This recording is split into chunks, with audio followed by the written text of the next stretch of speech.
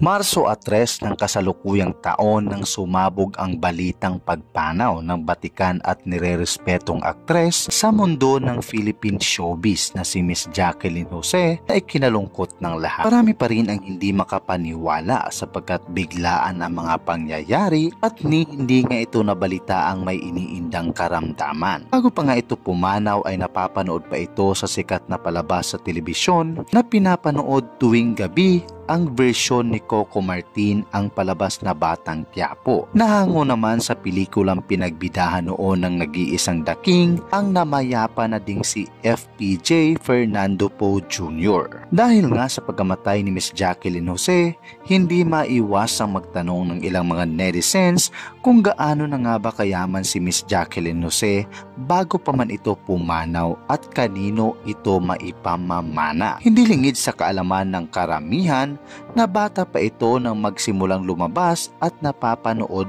sa telebisyon. Gaano na nga ba kayaman si Miss Jacqueline Jose bago ito pumanaw? Siya si Mary Jane Santa Ana Gac o mas kilala sa tawag na Jacqueline Jose sa mundo ng pinilakang tabing. Siya ay pinanganak noong Oktubre 21, 1964 sa Angeles, Pampanga dito sa Pilipinas.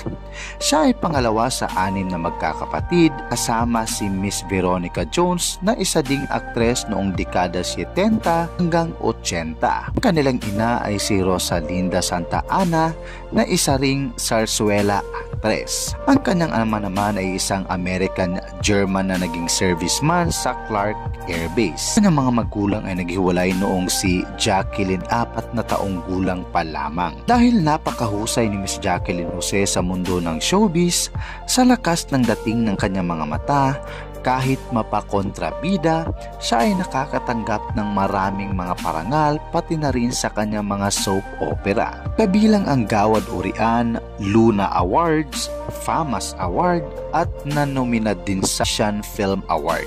Si Jacqueline ay nagsimulang magtrabaho sa showbiz noong 1995.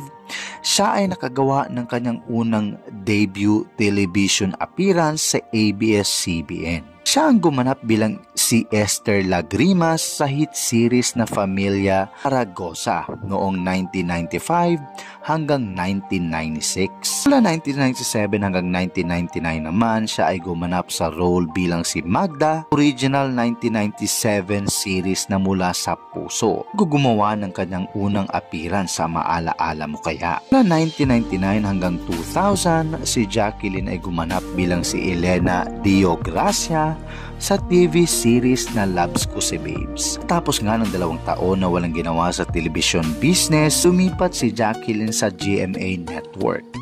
Ang kanyang unang role ay ang pagganap bilang si Marian sa popular na TV series na Sana Ay Ikaw Na Nga. Noong early 2004, si Jacqueline ay gumanap bilang si Carol sa Ti Amo Maging Sino Ka Man. Tama ang kanyang co-star sa Mula sa Puso na si Princess Ponsalan. Kalaunan noong 2004, siya ay bumalik sa ABS-CBN para gumanap sa episode na Maalaala Mo Kaya. Unang role ni Jacqueline bilang major character ay ang sa TV series na Hiram, saan siya ay gumanap bilang si Isabella. Si Jacqueline ay gumanap na supporting role sa SCQ Reload, Okay Ako, bilang si Helen Rojas. Noong 2005, gumanap ulit siya na supporting role bilang si Elena Cruz sa popular TV series Ikaw Ang Lahat Sa Akin. Ay gumanap bilang si Celeste Christie sa TV series Comic Present Agua Bendita noong 2006. Kasama sina Shaina Magdayaw at ang anak nito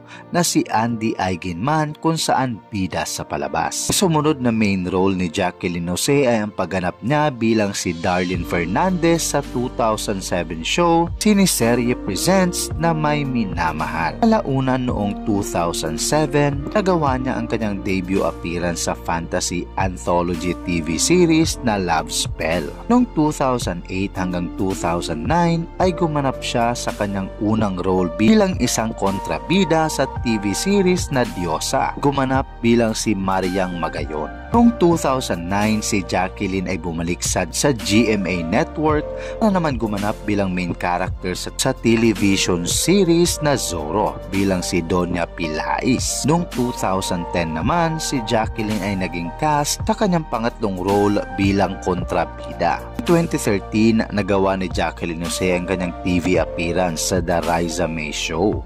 Ang life story ni Jacqueline Jose ay na-feature din sa Tunay na Buhay. Iilan lamang sa kanyang natanggap na award ay ang international award na natanggap niya sa pagganap niya sa palabas na Marosa, napakarami pang ibang mga parangal.